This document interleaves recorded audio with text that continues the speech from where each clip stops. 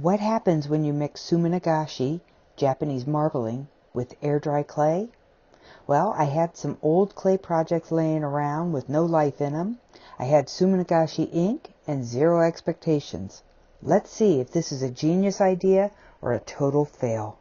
Let the experiment begin. I gathered all my old air-dry clay projects that I just didn't know what to do with and wanted them to be as receptive and smooth and clean as possible. So I took a nail file and started filing them down, sanding them down, wiping them down, getting rid of all the residual dust that there is so that I could start my experiment with white acrylic paint, not knowing how the raw bone-dry, air-dry clay would react. I wanted to at least see if this was something that was necessary. And then I watered down the acrylic because it seemed a bit thick, and I thought maybe that was a happy medium. So we'll see what happens with this. Let the fun begin. I've gotten all my projects prepped, ready to go, sanded, wiped down, and now it's time to add the ink. I'm just randomly dropping my ink into the water and then using Dawn dish soap to open up the areas and add additional color to my ink. Again, this is very random and very unpredictable. I took like a stick and just very slowly I want to try to bring in new designs. And you'll see how beautiful some of the swirls are. Again, very unpredictable, but trying to intermingle the inks together to make swirls and different designs. And now the first test. This is no acrylic on it. It's just air dry clay hardened. Let's see what we got.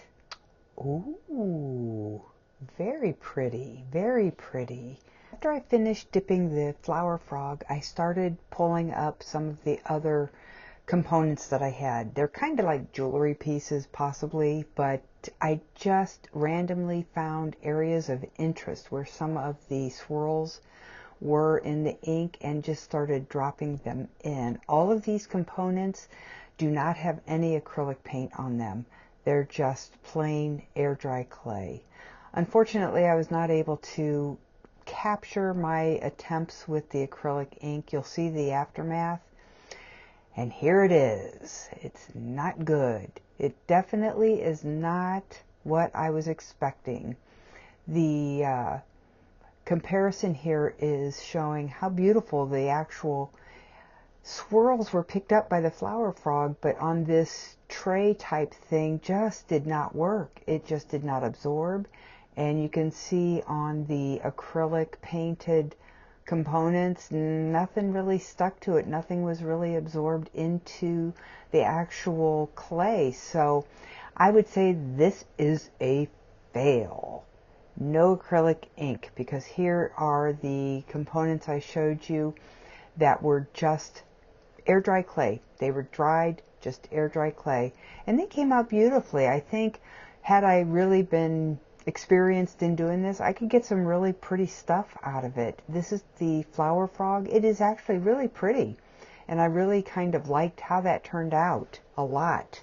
Now that I know what works, I want to take the experiment a little bit further.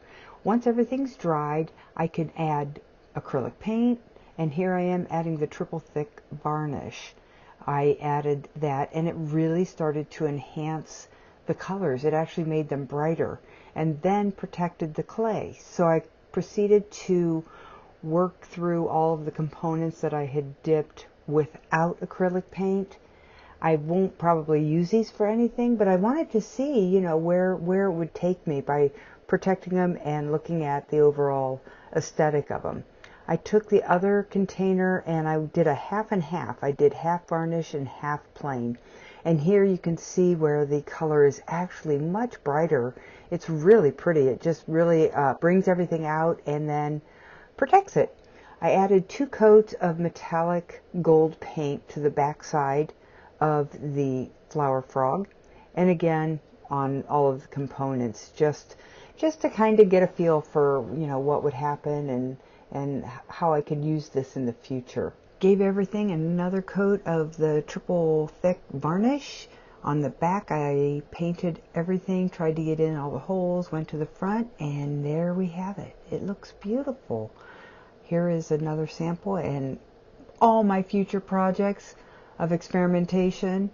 Let's do a recap here. This is the big fail, and the acrylic paint just did not allow the ink to adhere to anything, so it really was just like a washed out mess.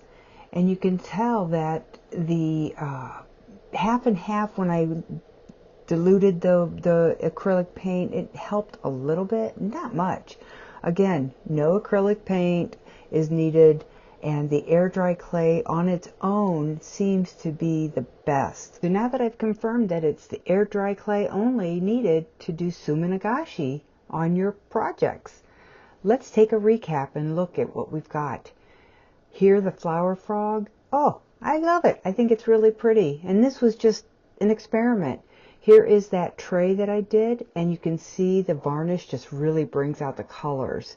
Here are some experimental possible jewelry components. They could be pendants. They could be added to metal, wire wrapped. There's so many things that can be done now with air dry clay, Suminagashi. Add in other components to really extend the look and aesthetic of everything. I'm really excited about where this could lead for me down the road. So, would you try Suminagashi on air dry clay? If so, let me know in the comments. And if you want to see more, be sure to check out my other videos, like my flower frog clay project, or my full Suminagashi tutorial and how to apply it to paper. And don't forget to subscribe for more fun art experiments. I have many more coming.